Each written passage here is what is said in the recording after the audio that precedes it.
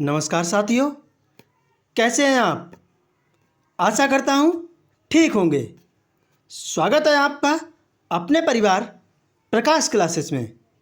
आज मैं आपके लिए सीडीपी यानी मनोविज्ञान चाइल्ड डेवलपमेंट की क्लास लेकर आया हूँ, जो आगामी एग्ज़ाम के लिए जो 20 अगस्त को एग्ज़ाम होने वाला है सीटेट का, उसके लिए बेहद इम्पॉर्टेंट होने वाली वीडियो है और इस वीडियो को पूरा देखें।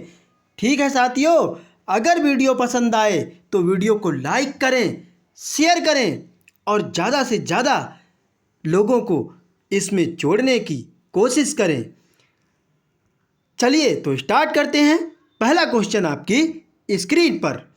पहला क्वेश्चन कहता है कि विकास का कौन सा सिद्धांत बताता है कि शरीर के विभिन्न तंत्र अलग अलग दरों पर विकसित होते हैं। भैया बिल्कुल अलग अलग दर से विकसित होते हैं शरीर के अंग।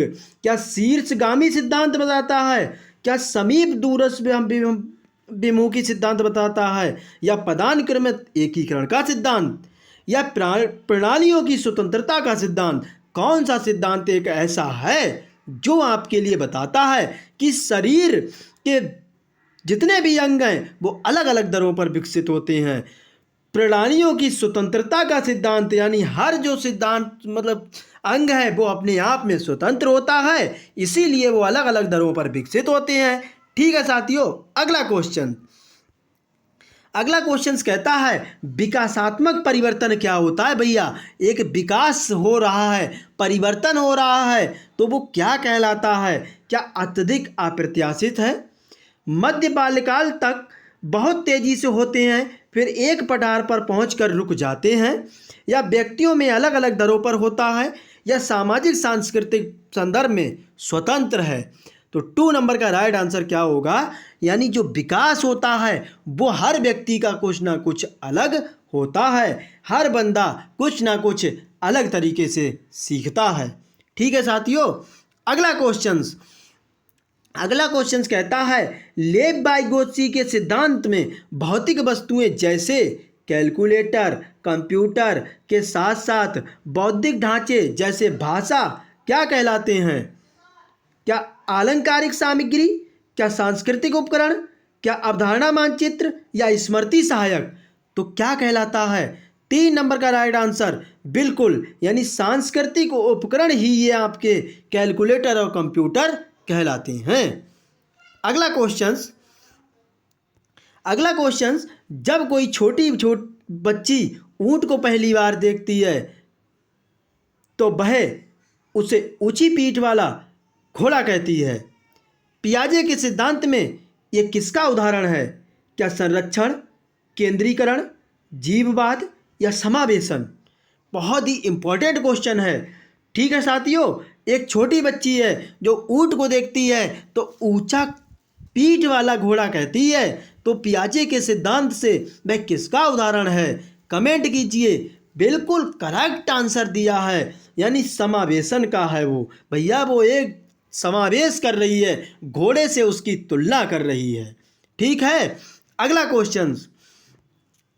क्वेश्चन निम्नलिखित में से कौन सा पियाजे द्वारा दिया गया चरण और विशेषता का सही युग्म है।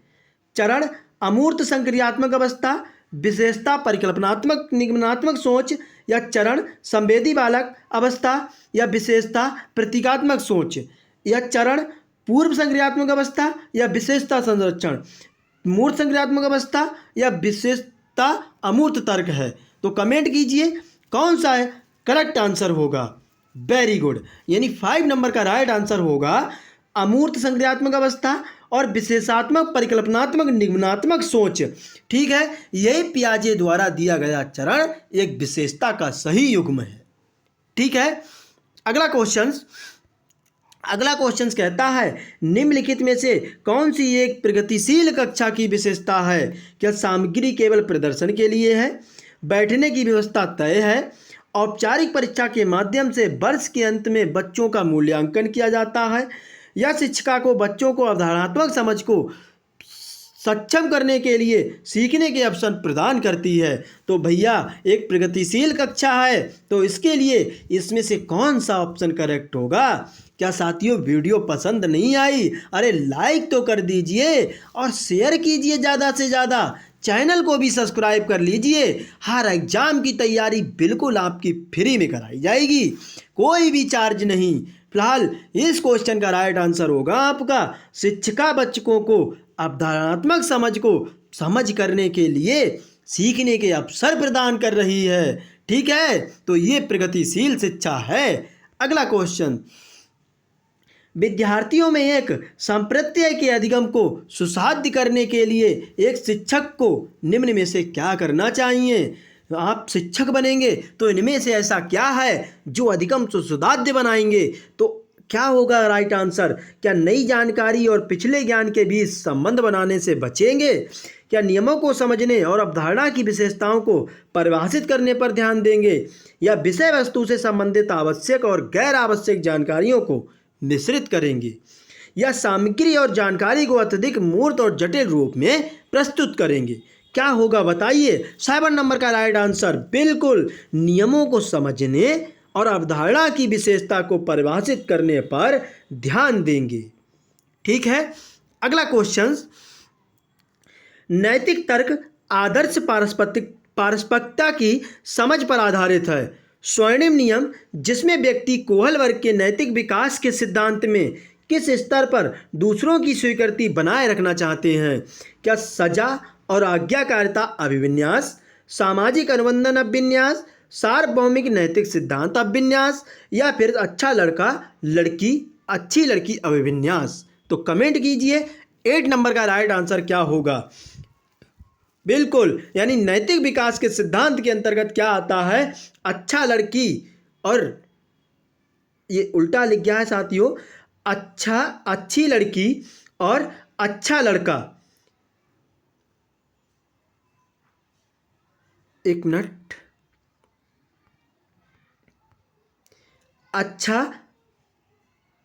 अच्छी लड़की और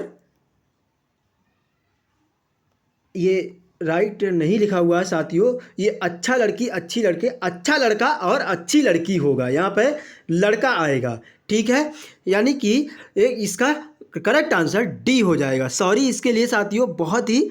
अगला क्वेश्चन कहता है बच्चों के शारीरिक विकास में केवल मात्रात्मक परिवर्तन होता है, में केवल गुणात्मक परिवर्तन होता है, कि सटीकता से विकासात्मक प्रतिमानों में तुलना करके भविष्यवाणी की जा सकती है, या एक व्यवस्थित और अनुक्रमिक तरीके से होता है लेकिन अलग अलग बच्चों के विकास की दर अलग अलग होती है? भैया तो बताइए शारीरिक विकास क्या होगा इस क्वेश्चन का राइट आंसर?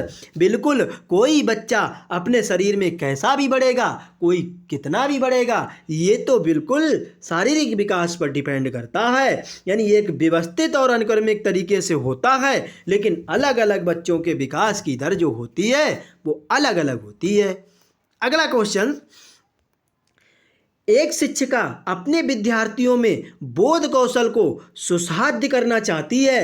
इस उद्देश्य के लिए उसे निम्नलिखित में से किससे बचना चाहिए? क्या संकल्पना मानचित्रण, क्या संदर्भहीनता, रूपरेखीकरण, या सारांशीकरण?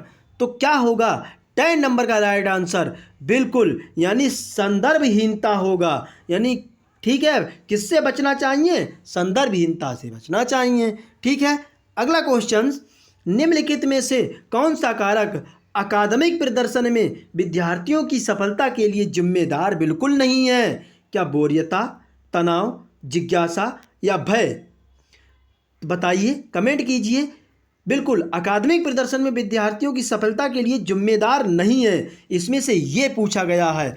तो जिज्ञासा तो भैया बिल्कुल 11 नंबर का राइट आंसर, जिज्ञासा नहीं होना चाहिए। अगला क्वेश्चन, एक संप्रत्यय को पढ़ाते समय एक शिक्षक एक ऐसा उदाहरण दे रहा है जिसमें वो संप्रत्यय से जुड़ी श्रेणी की सबसे महत्वपूर्ण मूल विशेषताएं हैं।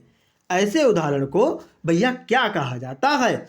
एक भ्रांति, एक गैर उदाहरण, एक आद्रूप, या एक अपवाद? तो क्या कहेंगे ऐसे संप्रत्यय को?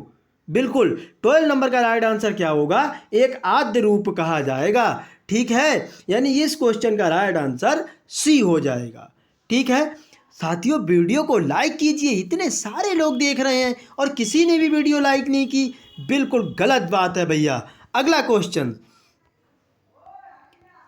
क्वेश्चन एक निर्दिष्ट लक्ष्य तक पहुंचने के लिए विद्यार्थियों को उनकी संज्ञानात्मक क्षमताओं पर चिंतन करने के लिए प्रोत्साहित करके एक शिक्षक निम्नलिखित के किस विकास को सुगम बना रहा है? क्या घोषणात्मक ज्ञान, क्या प्रतिक्रियात्मक ज्ञान, अधिसंज्ञा या रट कर याद रखना? तो चिंतन करने के लिए प्रोत्साहित कर रहा है संज्ञानात्मक क्षमताओं पर, तो इसे क्या कहेंगे? 13 नंबर का राइट आंसर अधिसंज्ञान कहा जाएगा उसे। ठीक है, अगला क्वेश्चन, आधुनिक संज्ञानवादी मनोवैज्ञानिक किसे माना जाता है? यानी संज्ञानवादी, क्या जेरोम ब्रूनर, पियाजे, एरिकसन या हल? तो आधुनिक संज्ञानवादी जो हैं आपके, वो जेरोम ब्रूनर कहलाते हैं। ठीक है, अगला क्वेश्चन, जेरोम ब्रूनर ने बालकों की किस व्यवहार पर अपना अध्ययन किया है? शिशु अपनी आवश्यकताओं अनुभूतियों को कैसे प्रकट करता है? शैशवावस्था एवं बाल्यावस्था में चिंतन का स्वरूप कैसा होता है? बालक में नैतिक विकास दंड और पुरस्कार के द्वारा होता है? केवल 1 और 2 सही हैं। तो 15 नंबर का राइट आंसर क्या होगा? यानी 1 और 2 दोनों सही हैं। यानी जेरोम ब्रूनर ने बालकों के जो व्यवहार पर बात की है, यानी शिशु अपनी आवश्यकताओं के अनुभवों को कैसे प्रकट करता है, ये व्यवहार पर डिपेंड करता है। शैशवावस्था एवं बाल्यावस्था में चिंतन का स्वरूप कैसा होता है, ये भी व्यवहार पर डिपेंड करता है। इसीलिए इस क्वेश्चन का राइट आंसर डी करेक्ट हो जाएगा। अगला क्वेश्चन, निम्न में से किस मनोवैज्ञानिक ने अपना सिद्धांत जीन पियाजे को आधार बनाकर प्रस्तुत किया है? क्या कार्ल रोजर्स, क्या बंडूरा, जेरोम ब्रूनर या इनमें से कोई नहीं? तो मनोवैज्ञानिक ने अपना सिद्धांत जीन पियाजे को आधार बनाकर दिया है भैया। तो ये कौन है आपके? जेरोम ब्रूनर हैं। यानी 16 नंबर का राइट आंसर क्या होगा? सी करेक्ट हो जाएगा। अगला क्वेश्चन, ब्रूनर के सिद्धांत की शिक्षा में उपयोगिता है। बालक के जीवन को जोड़कर शिक्षण कराना चाहिए, बालक को कक्षा में क्रियाशील तत्पर रखना चाहिए या विश्लेषणात्मक चिंतन की तुलना में आकस्मिक विचारों को महत्व देना चाहिए? तो इसीलिए इस क्वेश्चन का राइट आंसर क्या हो जाएगा? डी। यानी तीनों ऑप्शन हमारे इज द करेक्ट हैं। अगला क्वेश्चन, जेरोम ब्रूनर ने संज्ञानात्मक विकास की प्रथम अवस्था कौन सी बताई है? क्या प्रतिबिंबात्मक अवस्था, क्रिया निर्माण, प्रतीकात्मक या उपरोक्त सभी? तो 18 नंबर का राइट आंसर क्या होगा? यानी क्रिया निर्माण जो है ये प्रथम अवस्था है किसकी? जेरोम ब्रूनर की। अगला क्वेश्चन, आयु की किसी पड़ाव पर बालकों को कुछ भी सिखाया जा सकता है, ये कथन किसका है? जीन पियाजे, जेरोम ब्रूनर, एरिकसन या बार्टसन भैया? तो 19 नंबर का राइट आंसर क्या होगा? आयु की किसी भी पड़ाव पर बालकों को कुछ भी सिखाया जा सकता है, ये जेरोम ब्रूनर कहते हैं। किसके सिद्धांत पर अपना सिद्धांत लेके आए? बिल्कुल जीन पियाजे के सिद्धांत पर अपना सिद्धांत दिया है इन्होंने। अगला क्वेश्चन कहता है, बालक नग्न बंदर की तरह नहीं बल्कि बालक संस्कृति होता है, ये कथन किसने दिया है? बेहद इंपॉर्टेंट क्वेश्चन है, स्टार लगाइए और स्क्रीनशॉट ले लीजिए भैया। क्या जीन पियाजे, क्या थॉर्नडाइक, जेरोम ब्रूनर या वाटसन? तो ये भी हमारे जेरोम ब्रूनर ने ही कहा था कि बालक नग्न बंदर की तरह है, बंदर की तरह नहीं बल्कि बालक संस्कृति होता है। अगला क्वेश्चन, जेरोम ब्रूनर का संज्ञानात्मक विकास की अवस्थाएं कितनी बताई हैं इन्होंने? क्या 2, क्या 3 या 4 या 6? तो कितनी बताई हैं? 21 का राइट आंसर इन्होंने जेरोम ब्रूनर ने 3 अवस्थाएं बताई हैं। तो ये पीछे मैंने क्वेश्चन में डिस्कस कर रखा है। कौन कौन सी भैया? पहली ये बताइए आपकी क्रियात्मक निर्माण, फिर प्रतिबिंबात्मक अवस्था, फिर भैया कौन सी? प्रतीकात्मक। बिल्कुल। अगला क्वेश्चन आपकी स्क्रीन पर निम्नलिखित में से कौन सा कथन सही है? परिवेश की भूमिका निश्चित होती है जबकि आनुवंशिकता के प्रभाव को बदला जा सकता है। आनुवंशिकता की भूमिका निश्चित होती है जबकि परिवेश कारकों को प्रभाव न्यूनतम होता है। या आनुवंशिकता और परिवेश दोनों की भूमिका निश्चित है और इसे बदला नहीं जा सकता। विकास के विभिन्न क्षेत्रों में आनुवंशिकता और परिवेश के सापेक्ष प्रभाव अलग अलग होता है। तो क्या होगा 22 का राइट आंसर? बिल्कुल, विकास के विभिन्न क्षेत्रों में आनुवंशिकता और परिवेश के सापेक्ष प्रभाव अलग अलग होते हैं। बिल्कुल सही से कमेंट किया है आपने मेरे भाई और बहनों। बिल्कुल चैनल को सब्सक्राइब कर लीजिए। हर एग्जाम की तैयारी आपकी बिल्कुल फ्री में कराई जाएगी, कोई भी चार्ज नहीं लिया जाएगा। ज़्यादा से ज़्यादा वीडियो को शेयर भी कीजिए भैया और लाइक कीजिए। अगला क्वेश्चन आपकी स्क्रीन पर। विकास के चरणों के संदर्भ में 2 से 6 वर्ष तक की अवस्था को क्या कहा जाता है? यानी प्रारंभिक बाल्यावस्था या मध्य बाल्यावस्था या शैशवावस्था या किशोरावस्था? कमेंट कीजिए। शैशवावस्था 0 से 5 वर्ष आती है, ठीक है, और किशोरावस्था 12 से 18 वर्ष आती है, ठीक है, और मध्य बाल्यावस्था और प्रारंभिक बाल्यावस्था दोनों को मिला दिया जाए तो 6 से 12 वर्ष के बीच होते हैं। फिलहाल जो 2 से 6 वर्ष तक की आयु आती है वो आपकी प्रारंभिक बाल्यावस्था के अंतर्गत आती है। अगला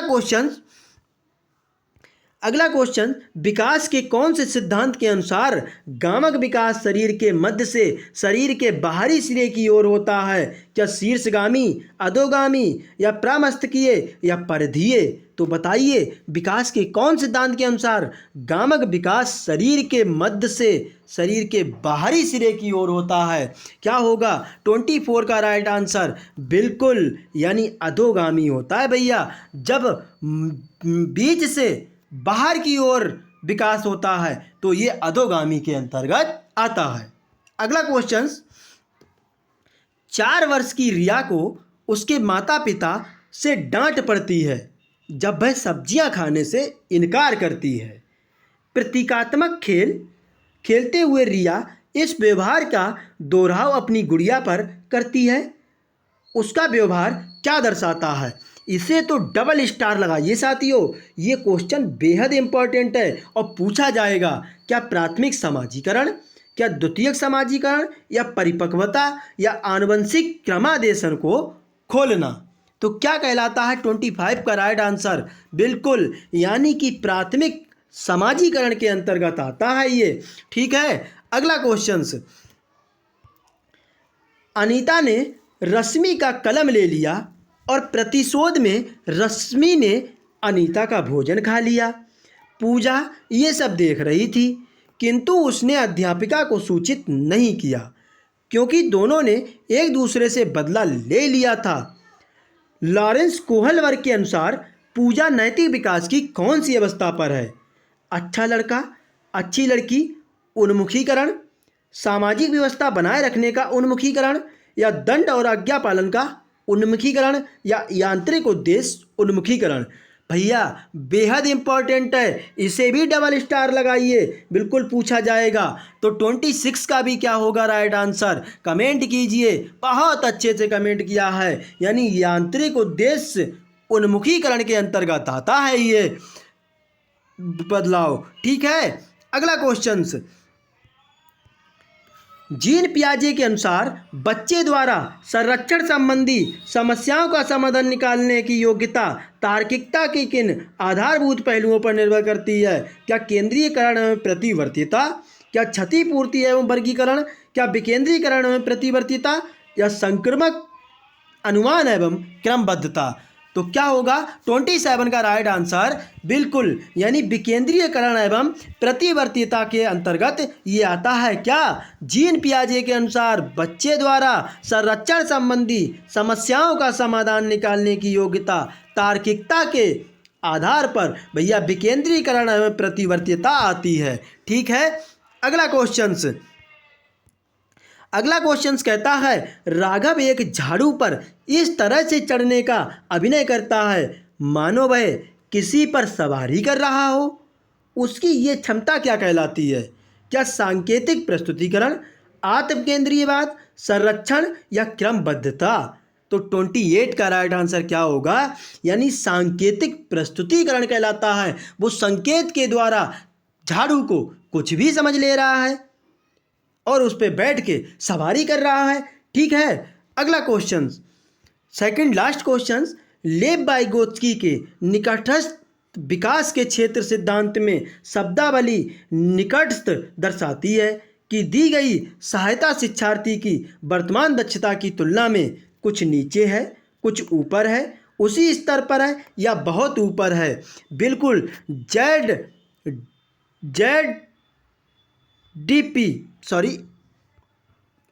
ZPD का सिद्धांत दिया गया है ये। तो बताइए साथियों, 29 का राइट आंसर क्या होगा, कुछ ऊपर है, निकट दर्शाती है, तो दी गई सहायता शिक्षार्थी की कुछ ऊपर दर्शाती है। अगला क्वेश्चन, अकरम किस एक बालक के समूह के साथ खेलते हुए स्वयं को निर्देशित देता रहता है। लेव वाइगोत्स्की के सिद्धांत के अनुसार अकरम के इस वाचन को क्या कहेंगे भैया? क्या आत्म केंद्रित वाचन, व्यक्तिगत वाचन, सामूहिक वाचन या सामाजिक वाचन? तो 30 नंबर का राइट आंसर क्या होगा, यानी व्यक्तिगत वाचन कहेंगे। ठीक है साथियों, हम आपके लिए कम टाइम में अच्छा कंटेंट लाने की कोशिश करते हैं। ये वीडियो आपको कैसी लगी एक बार कमेंट करके ज़रूर बताना। अगर वीडियो अच्छी लगी हो तो लाइक करें, ज़्यादा से ज़्यादा शेयर करें और चैनल को सब्सक्राइब कर लें। हर एग्ज़ाम की तैयारी प्रकाश क्लासेस में बिल्कुल फ्री कराई जाएगी। जय हिंद साथियों।